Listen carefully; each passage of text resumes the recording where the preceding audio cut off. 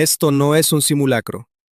El lecho marino frente al Golfo de Cádiz se está fracturando, y el Atlántico ya ha comenzado a responder con una violencia que la península ibérica no ha presenciado en siglos. Son las 16:52 hora local. Hace apenas unos instantes, un sismo de magnitud 7,7 ha rasgado la corteza terrestre en el margen transformante de las Azores Gibraltar, a escasos kilómetros de las costas de Huelva y Cádiz. La sacudida ha sido tan violenta y sostenida que los rascacielos de las Cuatro Torres en Madrid, situados a más de 500 kilómetros del epicentro, han oscilado durante varios minutos, provocando el pánico en el corazón financiero del país.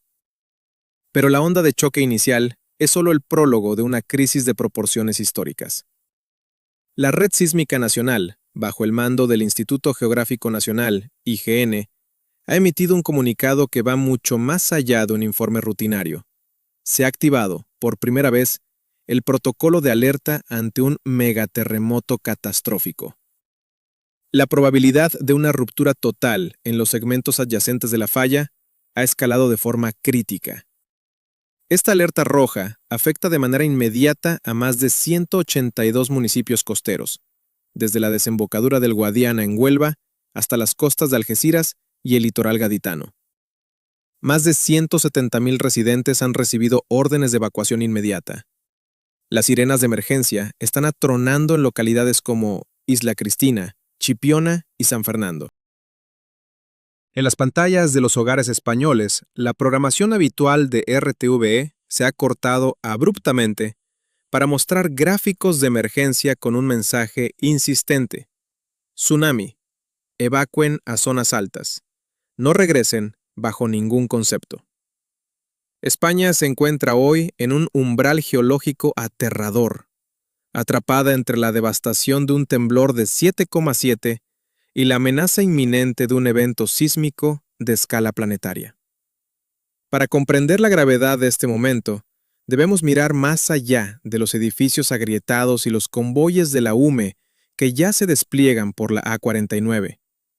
Debemos observar la arquitectura tectónica profunda que convierte al suroeste peninsular en una de las zonas más peligrosas del mundo para el asentamiento de una civilización moderna.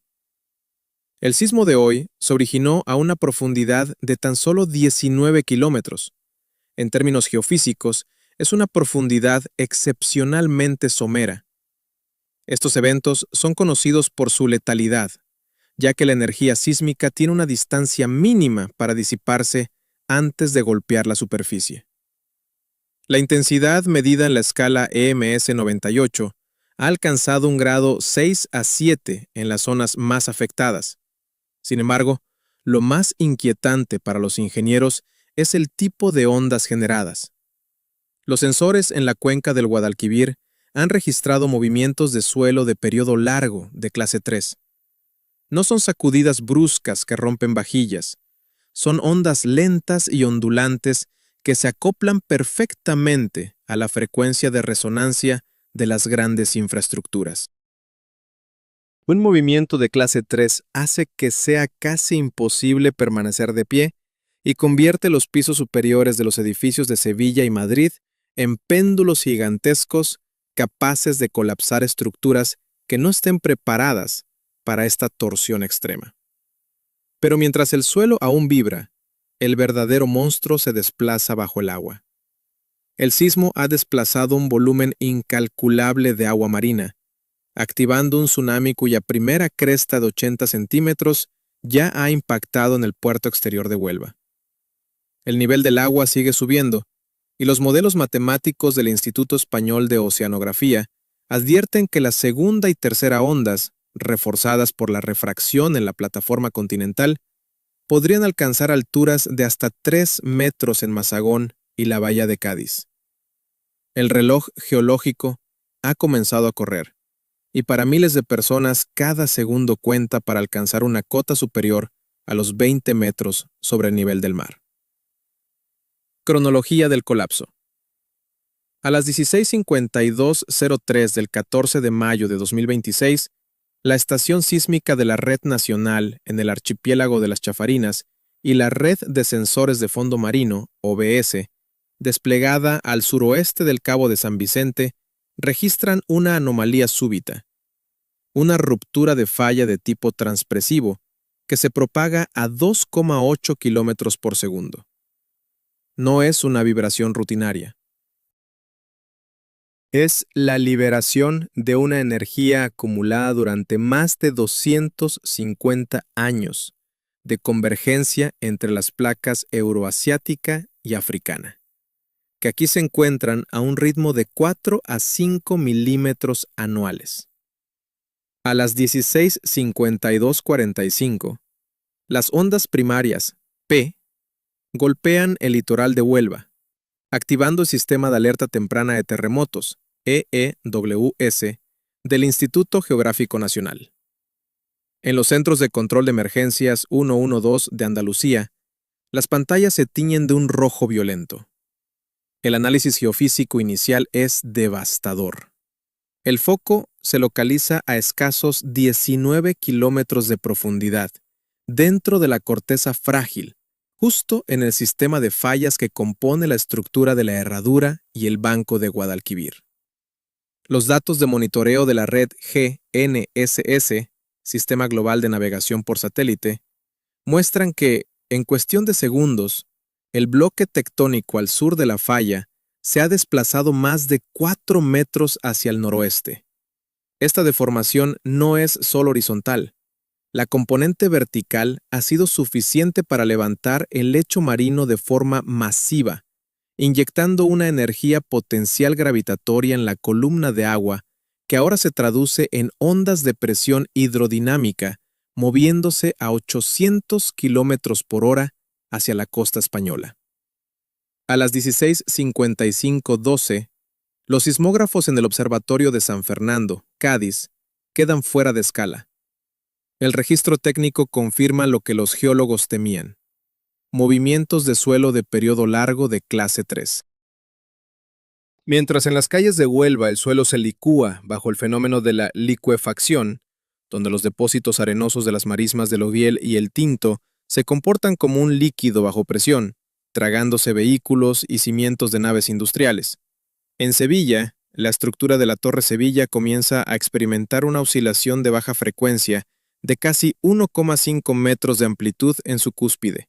Los ingenieros del IGN explican que estas ondas largas son particularmente selectivas, ignoran las casas bajas y se ensañan con las grandes estructuras de acero y hormigón que poseen periodos de vibración naturales similares. La situación se agrava por el fenómeno de transferencia de estrés de Coulomb. El modelo computacional preliminar de la Universidad Complutense de Madrid y el CSIC indica que la ruptura de hoy no ha liberado toda la tensión regional.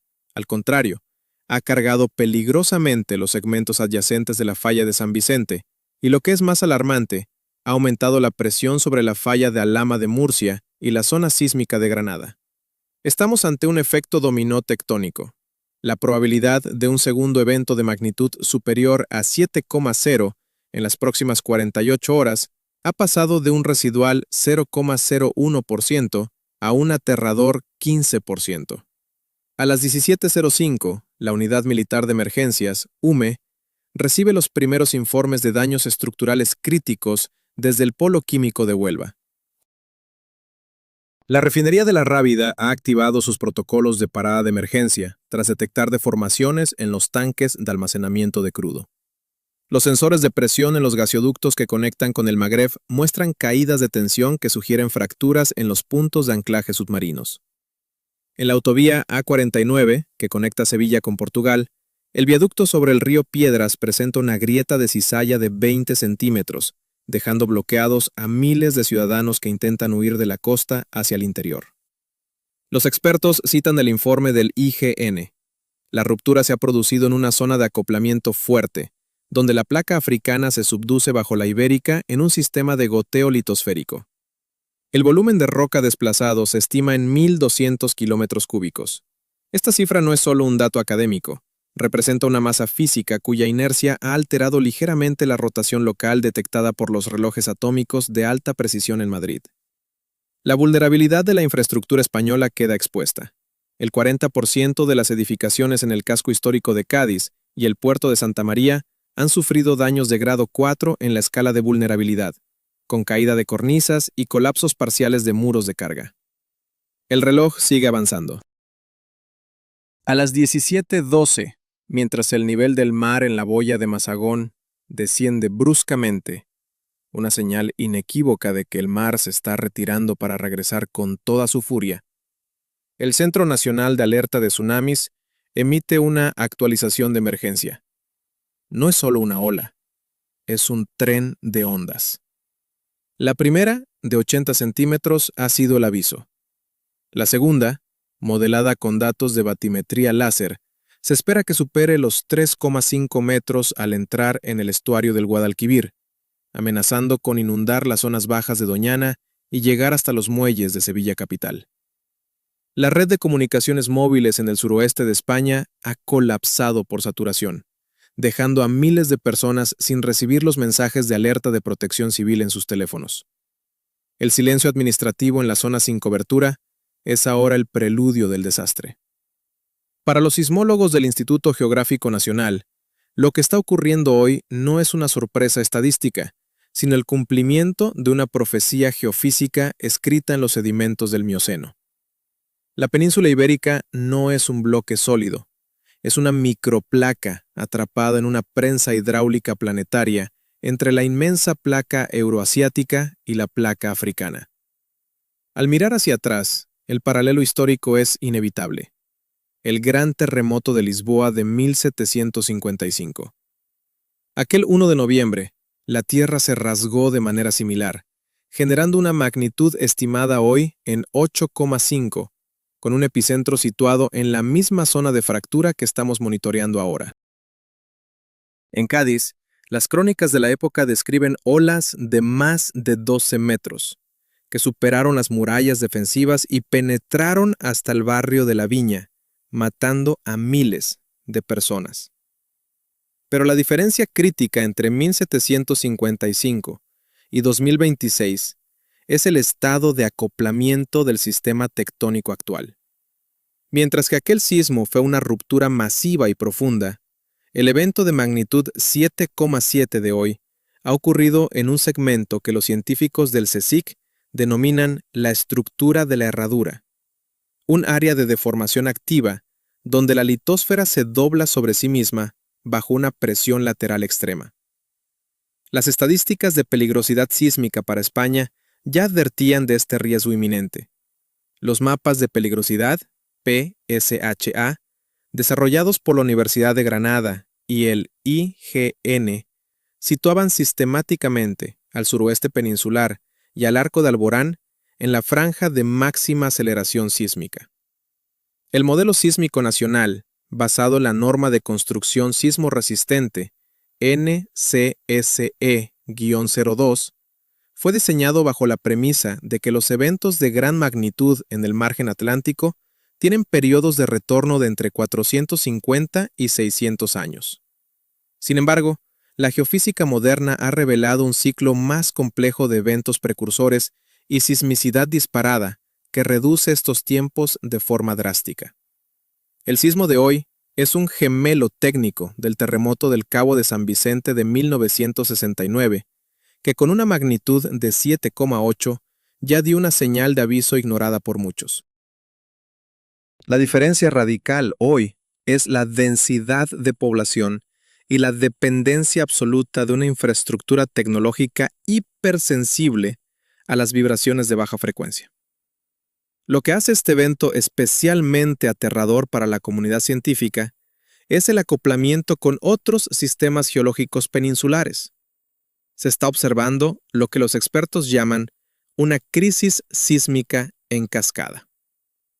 Los datos de inclinómetros de precisión en las laderas de Sierra Nevada y el monitoreo de radón en pozos profundos de la provincia de Málaga indican que la transferencia de estrés de Coulomb no se ha detenido en el Atlántico.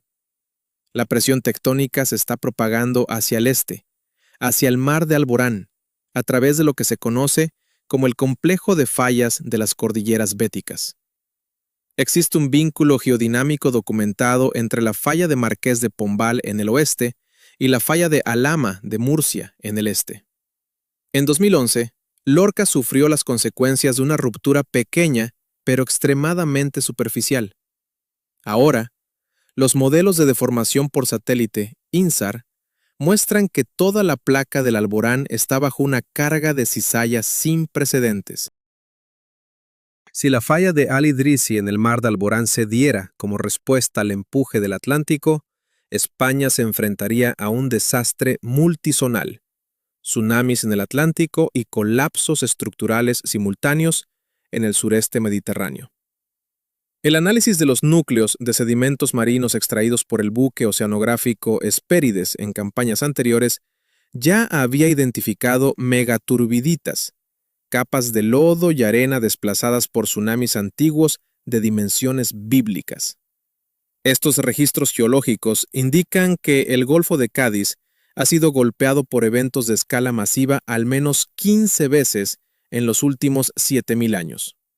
No estamos ante una anomalía, sino ante un ciclo natural de recarga y descarga de la falla transformante Azores-Gibraltar. Pero hay un giro geofísico que los científicos están debatiendo en los búnkeres de crisis del Ministerio del Interior: la influencia de la carga de sedimentos en la plataforma continental y la resonancia de Cuenca. El valle del Guadalquivir, con su compleja red de acuíferos y depósitos cuaternarios, actúa como un amplificador de ondas. El terreno blando de las marismas y del estuario atrapa las ondas sísmicas, haciéndolas rebotar y prolongando la duración de la sacudida hasta 3 veces más que en terrenos rocosos. Esto explica por qué en ciudades como Sevilla o Jerez de la Frontera, el temblor ha causado estragos en edificios históricos que habían sobrevivido siglos de sismicidad menor. Incluso más inquietante es el acoplamiento térmico y de fluidos con el archipiélago canario. En el sistema volcánico de las Islas Canarias, los sensores magnéticos del Instituto Volcanológico de Canarias, INVOLCAN, han detectado fluctuaciones tras el sismo de 7,7. Aunque la distancia es de cientos de kilómetros, la litosfera oceánica actúa como un transmisor de presión de fluidos de largo alcance.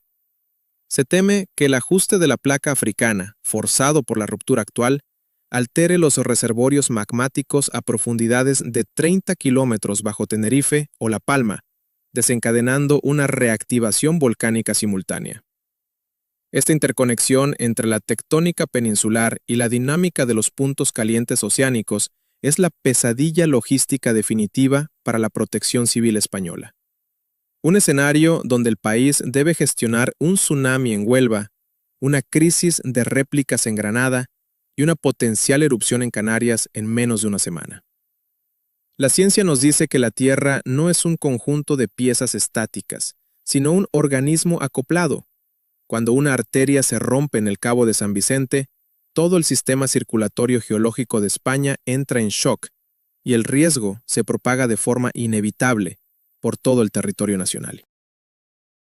La noche cae sobre un suroeste peninsular sumido en una obscuridad técnica y un silencio aterrador, solo roto por el estruendo de los generadores de emergencia y el eco de las sirenas de la Unidad Militar de Emergencias, UME.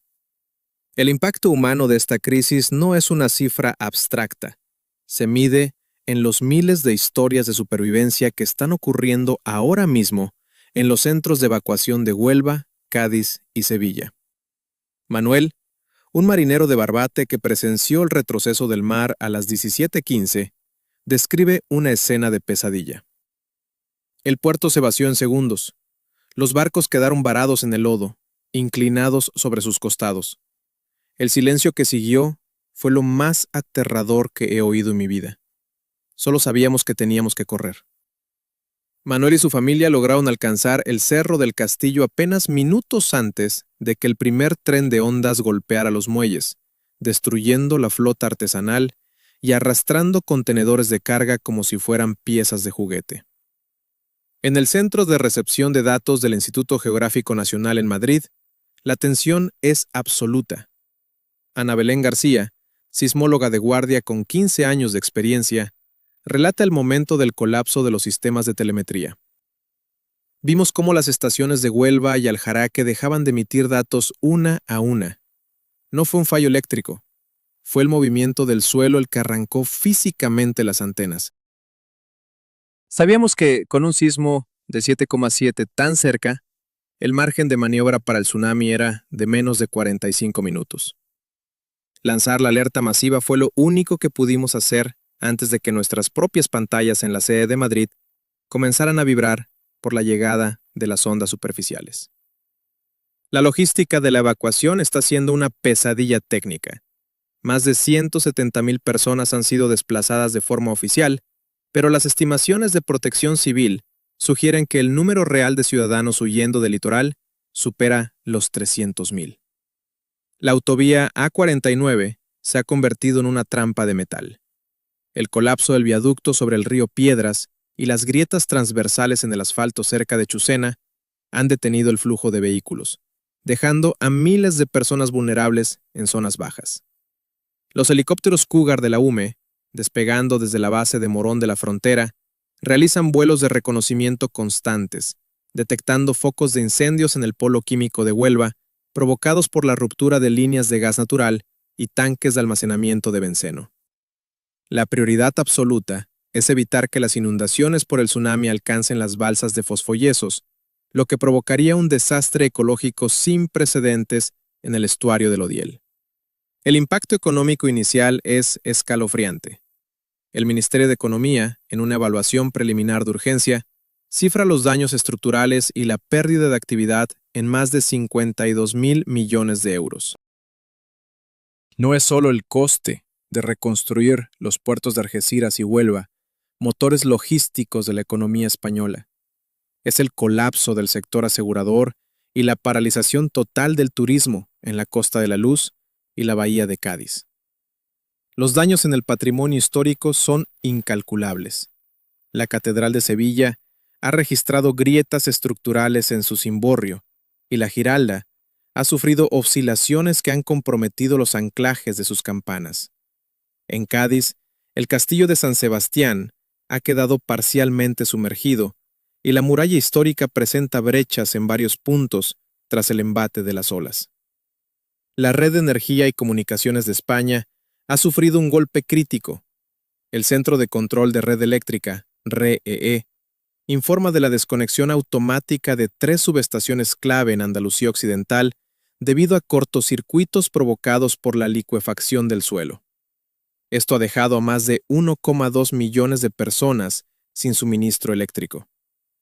La fibra óptica que conecta la península con los cables submarinos internacionales a través de la estación de amarre de Estepona ha sufrido cortes por el desplazamiento de taludes submarinos, degradando la conectividad a Internet en todo el país a niveles mínimos de emergencia. A nivel ecológico, el desastre en el Parque Nacional de Doñana es desgarrador. La entrada de agua salada de forma masiva a través del estuario del Guadalquivir ha inundado miles de hectáreas de marismas dulces. La intrusión salina no solo ha destruido los hábitats críticos para especies en peligro como el lince ibérico, sino que amenaza con contaminar de forma irreversible los acuíferos subterráneos de los que dependen cientos de agricultores en la comarca del Condado de Huelva. El IEO, Instituto Español de Oceanografía, advierte que la batimetría del Golfo ha cambiado. Bancos de arena de kilómetros de extensión han desaparecido o se han desplazado, alterando las corrientes locales para las próximas décadas. Mientras tanto, en los hospitales de campaña instalados por la Cruz Roja en recintos feriales y polideportivos de Sevilla y Jerez, el personal médico atiende a heridos por aplastamientos y ataques de ansiedad masivos. El impacto psicológico es una herida abierta. Para los habitantes de la costa onubense y gaditana, la memoria colectiva del riesgo sísmico ha pasado de ser una lección de historia a una realidad sangrienta. Los equipos de rescate de los bomberos de la Generalitat y los servicios de emergencia de otras comunidades autónomas ya se desplazan por carretera en un convoy de solidaridad nacional coordinado por el Ministerio del Interior. El recuento de víctimas sigue siendo incierto debido a la falta de comunicaciones en las pedanías más aisladas.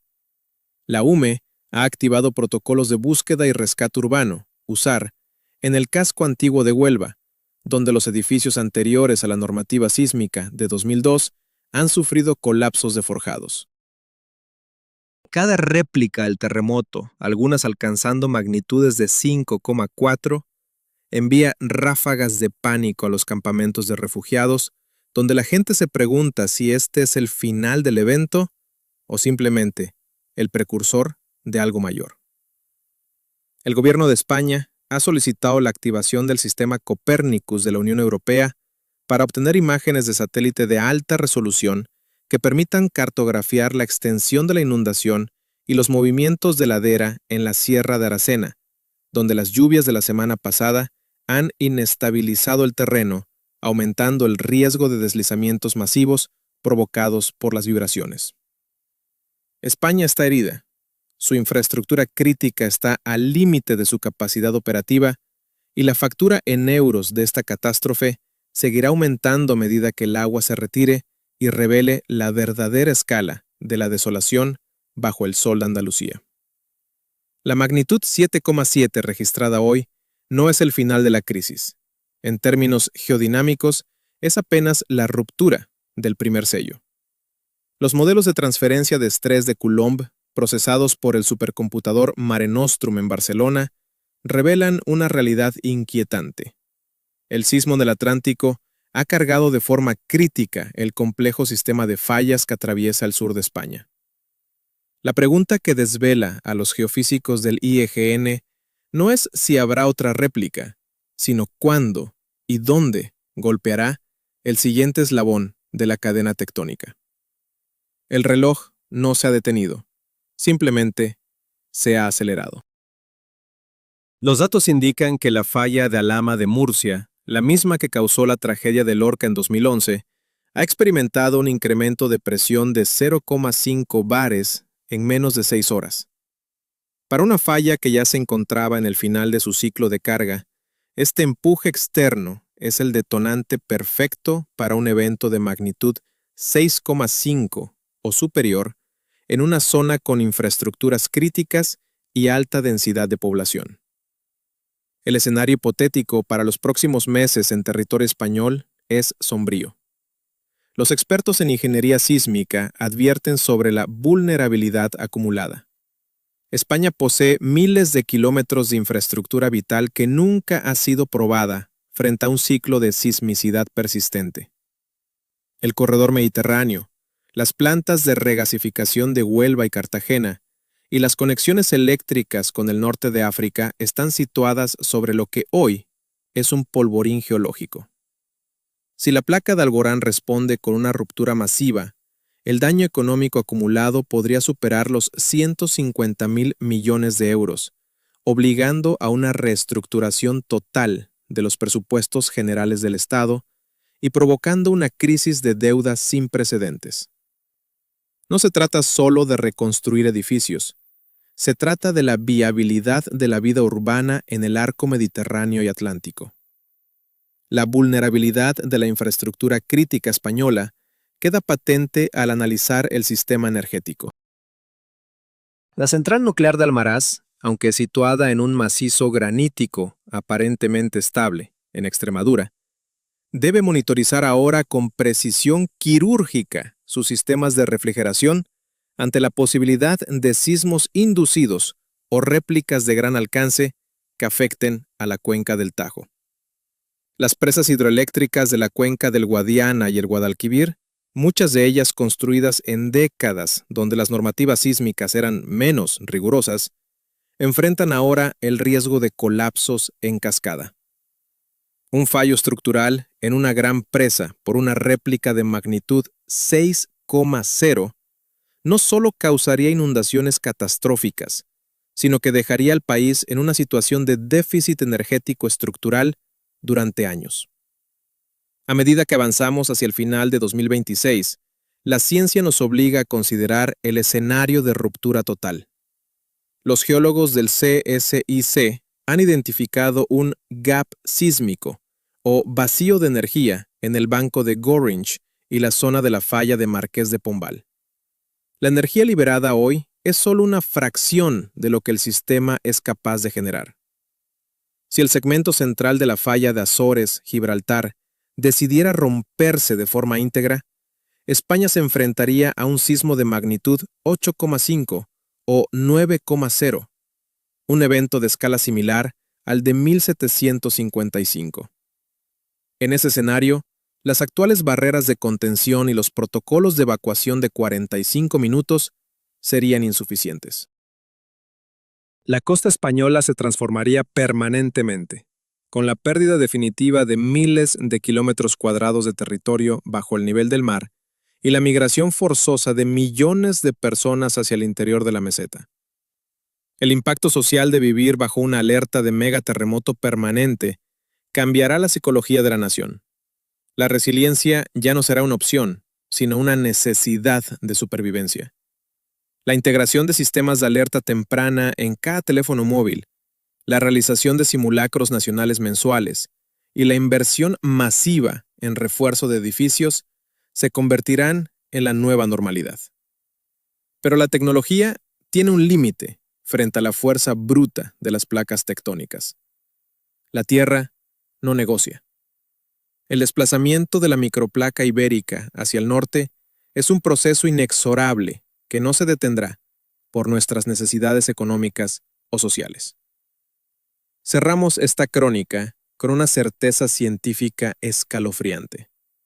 El suelo bajo nuestros pies en España es un rompecabezas fracturado que está intentando encontrar un nuevo equilibrio. Los sensores sísmicos en la Sierra del Íbar y en el Mar de Alborán siguen registrando microsismos cada 120 segundos. Es el sonido de la corteza terrestre crujiendo bajo una tensión insoportable. Los 170,000 evacuados de hoy son los pioneros de una nueva era en la que la península ibérica debe aprender a convivir con su propia naturaleza violenta. El sismo de magnitud 7,7 ha sido el aviso definitivo. La oceanografía ha cambiado, la tectónica se ha activado, y el mapa de España, tal como lo conocemos, es ahora un boceto sujeto a los caprichos del abismo. Mientras los equipos de emergencia siguen trabajando entre los escombros de Huelva y Cádiz, el resto del país observa los sismógrafos en tiempo real. Porque en esta nueva realidad geofísica, el conocimiento no es solo poder, es la única diferencia entre la supervivencia y el olvido bajo las aguas del Atlántico o los escombros de nuestras ciudades. La vigilancia debe ser absoluta. El planeta ha hablado y España no tiene otra opción que escuchar. El próximo gran movimiento